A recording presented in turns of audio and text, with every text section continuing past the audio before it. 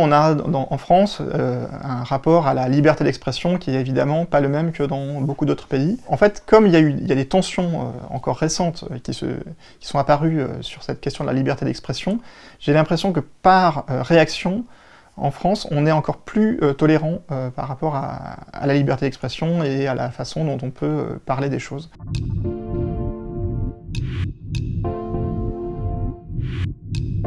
J'ai jamais arrêté de dessiner, je dessinais petit, j'ai recopié des bandes dessinées, les Schtroumpfs par exemple, ou Tintin. Et après j'ai fait une école, j'ai fait un lycée avec une option dessin, à Dijon toujours. Et j'ai enchaîné avec, alors je me suis planté au concours quand je suis sorti après mon bac, et j'ai fait de la philo à la fac à Dijon. Mais j'ai continué à dessiner dans le cours du soir des Beaux-Arts. Et puis après, l'année suivante, j'ai intégré une école à Strasbourg, l'école des arts décoratifs. En 2009-2010, j'ai eu la chance d'accompagner le tournage d'un film, qui est le film Gainsbourg-Vie héroïque, qui était réalisé par mon camarade d'atelier, Johan Sfar. Là, j'ai commencé à faire de la BD documentaire, c'était un peu nouveau encore à l'époque, et donc ça consistait avec un carnet à relever tout ce que je voyais, et à raconter les coulisses de ce tournage. Et ce travail-là a donné l'idée à un ami photographe que j'avais croisé sur le plateau, de me présenter à l'équipe de Libération, du journal Libération, pour faire un travail un peu similaire, c'est-à-dire raconter les coulisses du journal, passer plusieurs mois là-bas pour montrer comment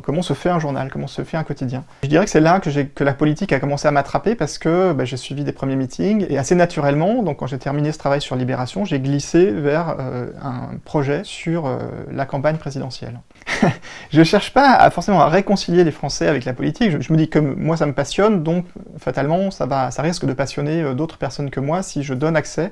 Donc moi je me mets en scène dans mes bandes dessinées, je suis un pied dehors, un pied dedans, c'est-à-dire que à la fois je connais ce milieu, je le décris, et en même temps je n'en fais pas partie intégralement. Et en plus, si ça peut être fait avec l'amusement, c'est mieux, parce que j'ai aussi toujours à cœur de raconter les choses de façon plutôt amusante, parce qu'il y a aussi des choses qui prêtent à rire. Et donc aujourd'hui, en France, on a cette chance de pouvoir parler de ces lieux de pouvoir avec une totale liberté. Et souvent, quand je suis interrogé par des médias étrangers, mais pas forcément très, très loin, je pense en Allemagne par exemple, les gens sont surpris, étonnés de la latitude, de la liberté qu'on m'a donnée pour parler de tout ça. Et je me dis que si je peux avoir un tout petit intérêt dans mon travail, c'est de faire connaître un peu mieux le système politique, et de montrer que voilà, c'est pas si opaque, pas si loin de nous, et que ça nous concerne tous d'ailleurs. C'est une démarche personnelle, c'est pas à aucun moment c'est une commande, à aucun moment on m'a demandé est-ce que tu peux